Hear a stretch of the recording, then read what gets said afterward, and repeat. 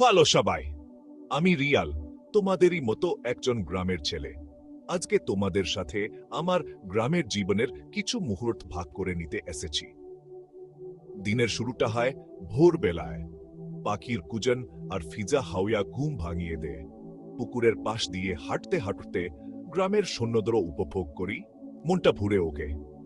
আমার সবচেয়ে প্রিয় কাজ হলো গ্রামের রাস্তায় বাইসাইকেল চালানো।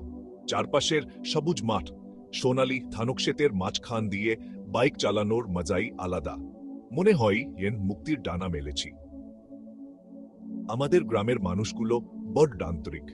সকালে বাজারে গিয়ে সবার সাথে আড্ডা মারা, গল্প করা, এটাই আমাদের রোজকার রুটিন। কখনো কখনো গ্রামের বয়স্কদের কাছ থেকে জীবনের উপদেশও নেই। সবাই মিলেমিশে একসাথে থাকা, এটাই আমাদের গ্রামের সংস্কৃতি। এবার কাজের কথায় আসি। আমাদের গ্রামের মানুষেরা মূলত কৃষিকাজ করে। ধান, গম, সবজি সবই নিজের হাতের পরিশ্রমে ফলায়। আমিও বাবার সাথে মাঠে কাজ করি, কষ্ট করে ফল ফলাই আর তারপর সবার সাথে ভাগাভাগি করে খাই। এর মধ্যে একটা আনন্দ আছে।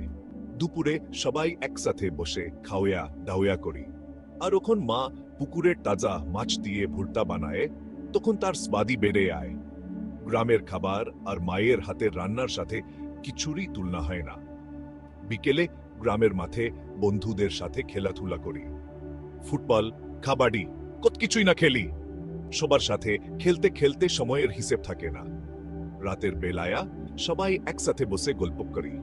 আকাশের তারাদের জিকমিক আলো আর গ্রামের বুড়োদের গল্প শুনতে শুনতে রাত কেটে আয়।